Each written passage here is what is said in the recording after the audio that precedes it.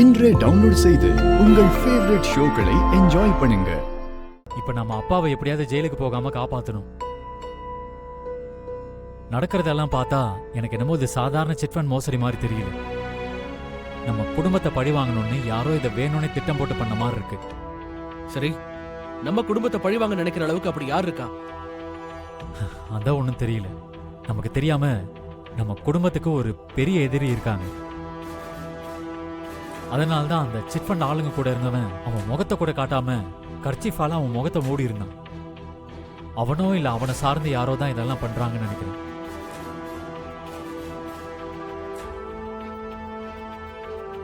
இல்ல, இதுக்கு முன்னாடி பெரியப்பாக்கு உடம்பு சரியில்லாம போனப்போ அது தற்செயலா நடக்கல.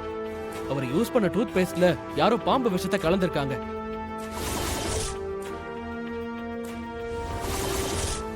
ஏய், என்னடா சொல்ற? ஆமா,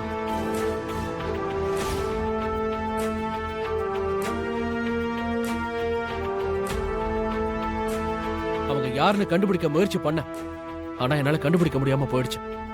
இதை ஏன்டா என்கிட்ட முன்னாடியே சொல்லல? நம்ம வீட்டுக்குள்ள வந்து பேஸ்ட்ல விஷத்தை கலந்திருக்காங்கன்னா அது நம்ம குடும்பத்தோட சம்பந்தப்பட்ட ஆளாதான் நிச்சயமா இருக்கணும். இந்த விஷயம் எல்லாருக்கும் தெரிஞ்சா அத பண்ணவ அலர்ட் ஆயிடுவான்னு தான் நான் சொல்லல. யாருன்னு கண்டுபிடிச்சு அதுக்கப்புறம் சொல்லலான்னு இருந்தேன். ஆனா இப்ப வரைக்கும் அது யாருன்னு கண்டுபிடிக்க முடியல.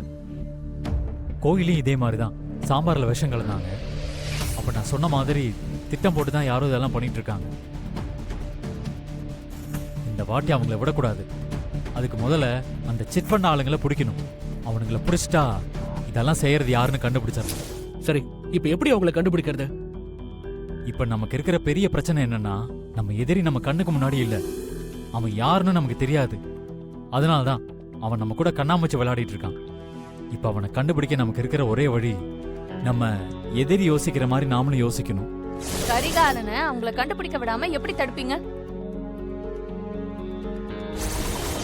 கரிகாலன் என்ன யோசிப்பான்னு நாம கண்டுபிடிச்சாலே நாம அவன்கிட்ட இருந்து மாட்டிக்காம தப்பிச்சிடலாம்.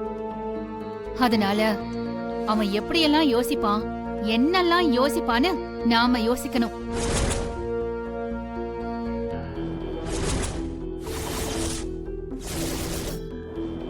நீ சொல்றபடி பார்த்தா முதல்ல அந்த சிட்ஃபண்ட் காரங்களை தான் பிடிக்கணும்.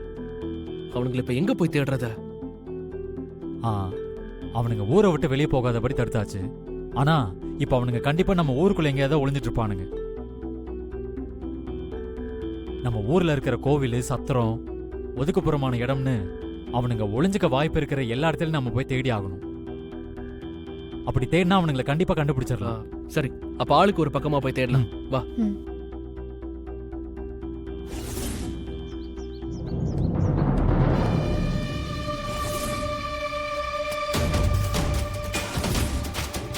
வா.